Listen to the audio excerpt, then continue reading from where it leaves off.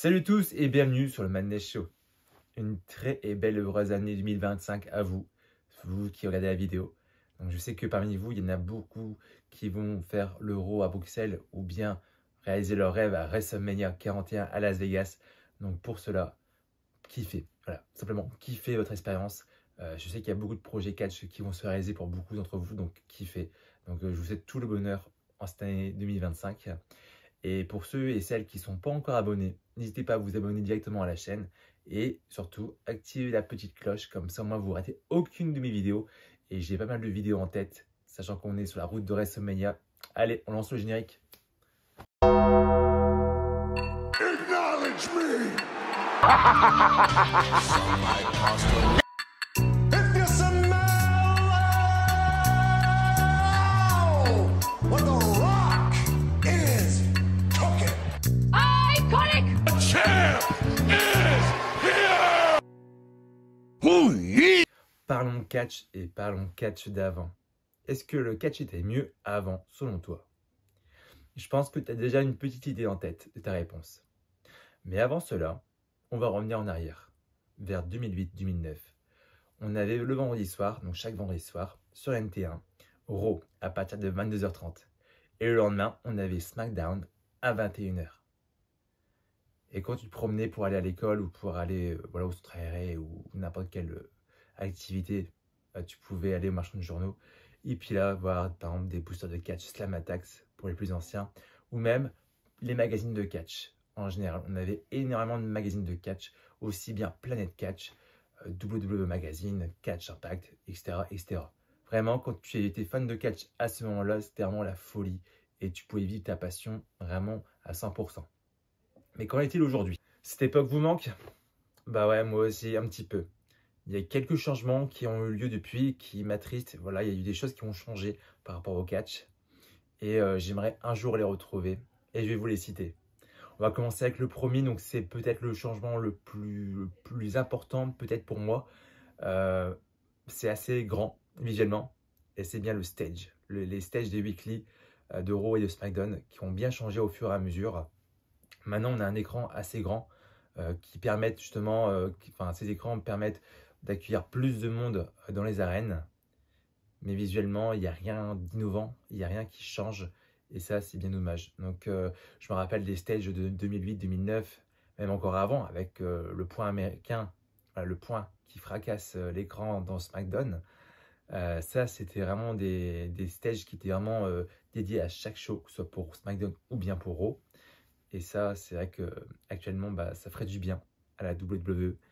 Donc, avec l'arrivée sur Netflix, j'espère aussi qu'ils vont faire ce changement, qu'ils vont nous faire un nouveau stage, au moins pour Raw. Pour SmackDown, on verra. Mais déjà, si jamais Raw peut bénéficier de ça, ça serait vraiment sympa. Même pour les PLE, c'est vrai qu'à l'époque, on avait des stages incroyables, vraiment faits pour le PLE. Je pense que vous avez tous en tête celui de Armageddon 2009-2008.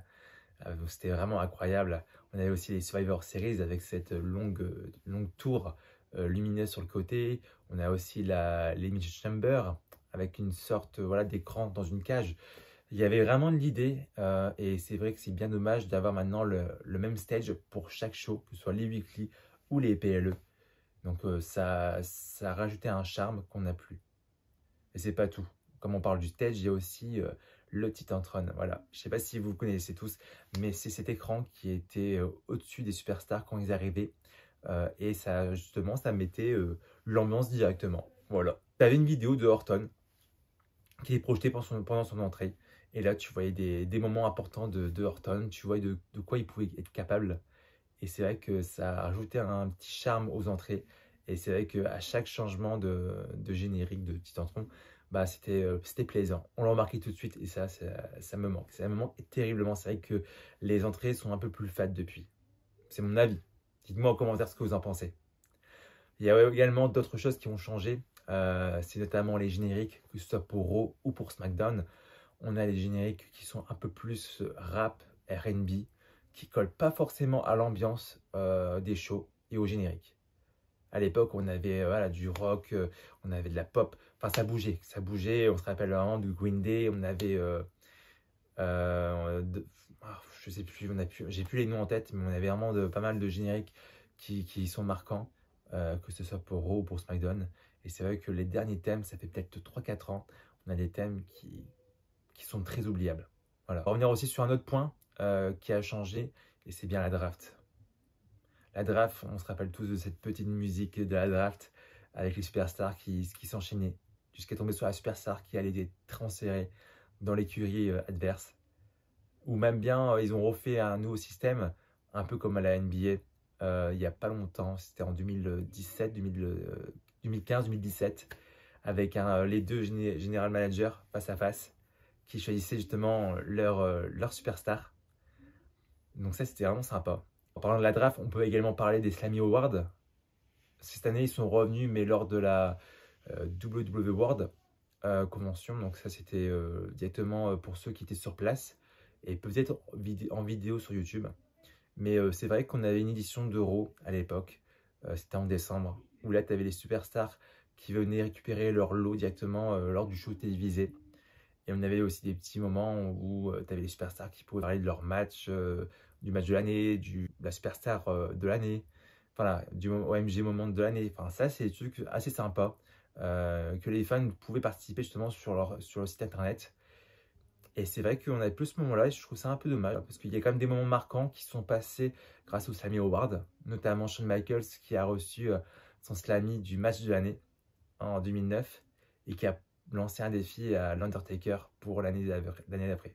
Ça permettait justement de remettre de l'huile sur le feu et puis de commencer des storylines déjà dès décembre vers WrestleMania. Et ça, c'était bien. Malheureusement, on n'a plus trop ça. Là, ils le mettent au World vraiment à l'arrache, je trouve. C'est vraiment histoire d'eux. Mais quand c'était fait à Raw, c'était vraiment plus sympa, je trouvais. La violence qui s'est fait au fur et à mesure éteindre. Voilà. On avait un peu plus de violence et de sang. On avait l'utilisation du sang qui était vraiment plus présente à l'époque.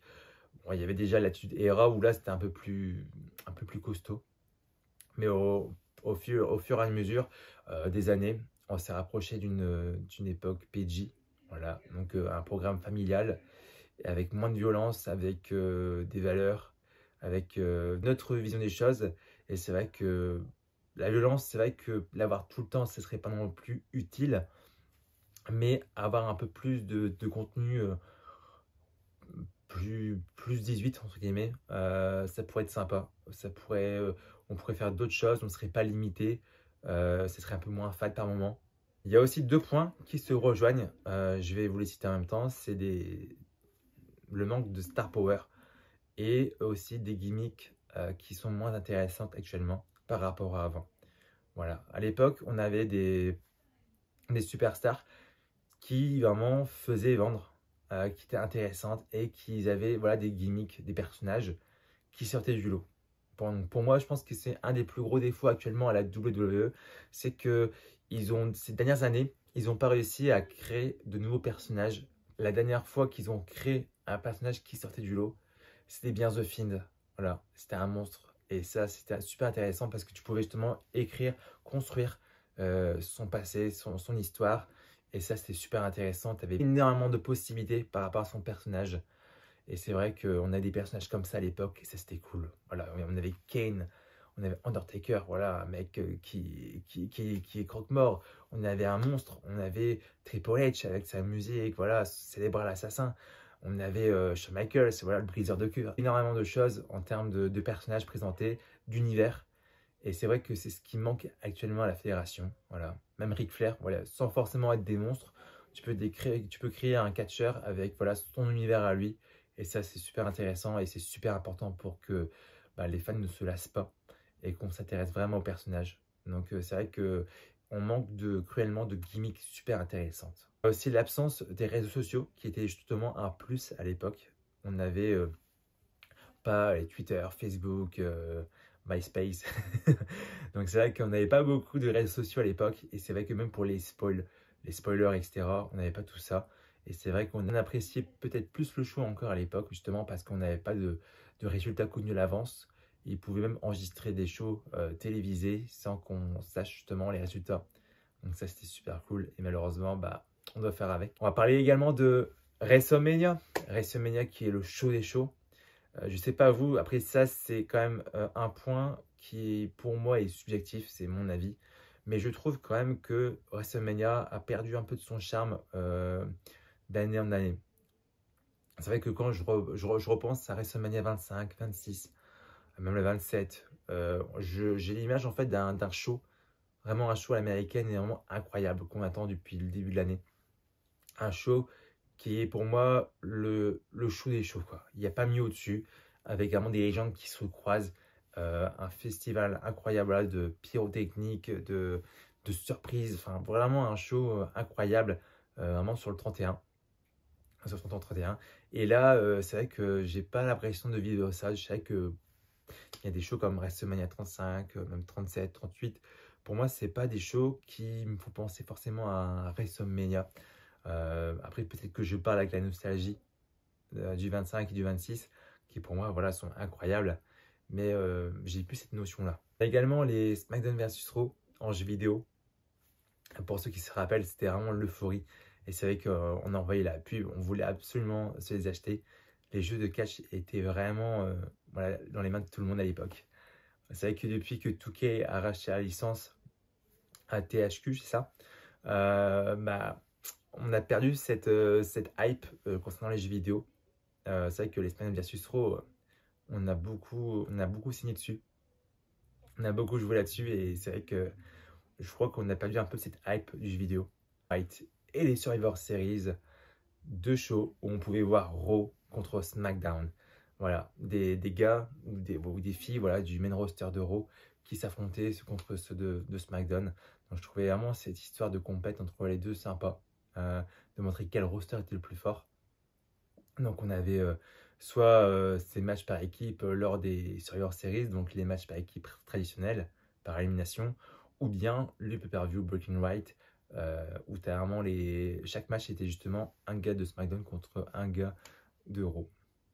Donc c'est vrai que là maintenant on a les Wargames à la place, c'est sympa, hein, je le reconnais, mais c'est vrai que cet aspect roster contre roster était bien sympa.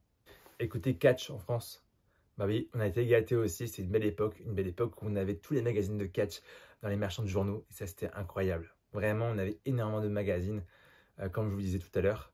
Je sais que moi j'en ai acheté pas mal, donc de WWE Magazine et puis Planet Catch. Je pense que c'était la référence catch de l'époque, Planet Catch. Donc merci à Jérôme et puis merci à NT1 aussi pour leur exposition du catch. C'est vrai que NT1 ont mis le catch en prime time le samedi soir. Donc c'est vraiment une case qui est assez prisée. Donc l'avoir un samedi soir, c'était vraiment incroyable. Et puis même Raw, la veille, on avait aussi l'équipe qui a contribué au catch français. On a eu AB1 qui a toujours soutenu la licence. Donc merci à toutes ces chaînes d'avoir contribué au succès du catch. On avait aussi les cartes de catch qui ont aidé.